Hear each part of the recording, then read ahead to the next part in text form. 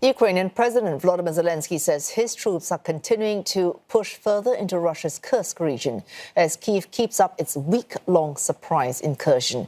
But Moscow contradicting those claims, saying it has halted Ukrainian forces from further advance. Ukrainian troops entered the region last Tuesday and are now setting their sights on Belgorod, that's a border town neighboring Kursk. A state of emergency has been declared as the governor says daily Ukrainian shelling is killing civilians and destroying homes. Tens of thousands of people have evacuated the two regions. Ukraine reportedly launched a massive attack on Russian targets overnight, hitting multiple regions, including Belgorod and Kursk. The Kremlin claims its forces destroyed 117 drones and 4 missiles.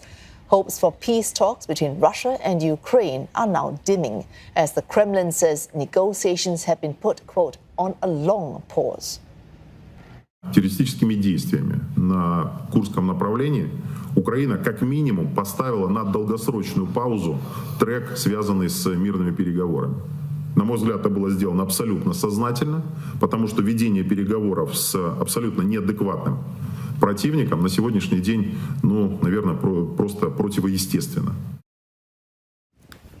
Meanwhile, the White House said Kyiv did not provide advance notice of its incursion, adding the U.S. had no involvement in the operation. U.S. President Joe Biden said the latest incursion creates a real dilemma for his Russian counterpart, Vladimir Putin. And for more, let's bring in our correspondents Megumi Lim joining us live from Kyiv and Dasha Chernyshova reporting live from Moscow. Let's start with Megumi. Megumi, what more do we know about Ukraine's latest attacks?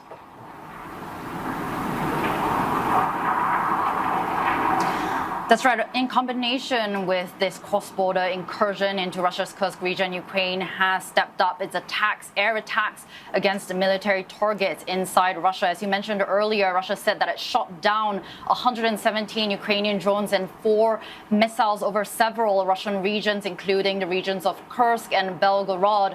Now, if this information is confirmed, this would mark the biggest Ukrainian drone attack against Russia since the start of the full-scale invasion. And Ukraine also said that it hit reportedly 4 Russian air bases, and this would also mark the biggest attack against Russian air bases since the start of the war. Now, one of the airfields where explosions were reported was located in Russia's Nizhny Novgorod region.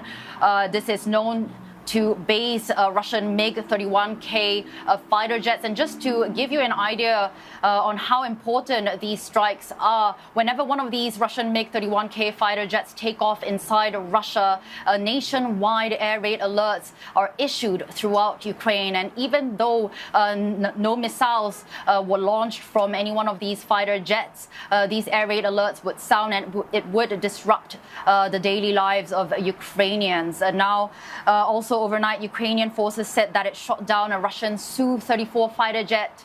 This fighter jet is also capable of carrying a wide array of missiles and bombs. So we're seeing from the Ukrainian side a multi-pronged attack being carried out against Russia on the ground inside Kursk, and also these air attacks. And the goal is pretty clear for Ukraine. It is to continue to try to cripple Moscow's ability to carry out attacks against Ukraine.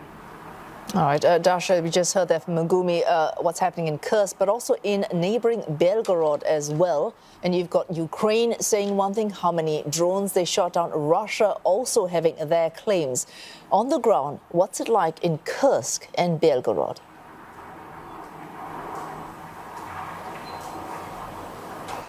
Well, in Belgrade, furthermore, the local authorities declared the regional state of emergency because of the repeated shelling and air raids coming from the Ukrainian side and the daily threats coming for the civilians in that region. According to the governor, Vyacheslav Gladkov, the situation is very tense and difficult, and it has been as such actually for months already. And that's why, to ensure the safety of the residents, the regional state of emergency has been declared, with the possibility of appealing to the Russian government to translate it into the federal emergency. We also understand that in Kursk, the situation has been quite tense. More people have been evacuated, particularly from the border areas, including from the area of Tyotkina.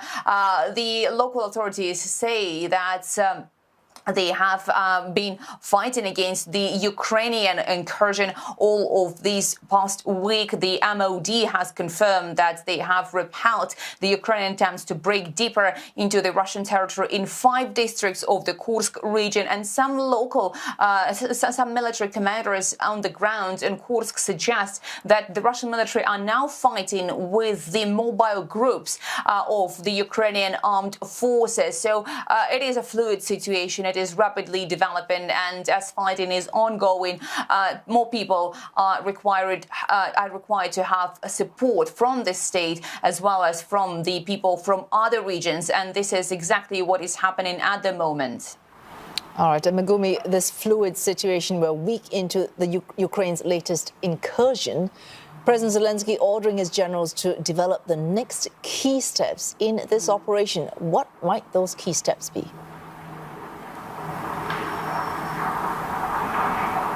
That's right. President Zelenskyy, in his morning update this morning, said that he is in close contact with Ukraine's commander-in-chief, Alexander Syrsky, and he said that he's instructed Syrsky to take more action, plan for more action in the Kursk region. He didn't elaborate what those next steps were, but it is looking like this operation inside the Kursk region is going to continue. Certainly, this is not going to be a quick cross-border raid.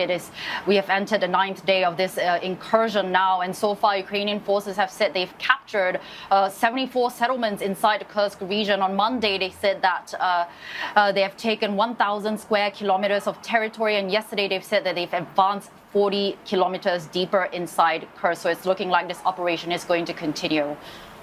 Thanks to both of you. Dasha Chernyshova reporting live from Moscow and Megumi Lim reporting live from Kyiv. Thank you.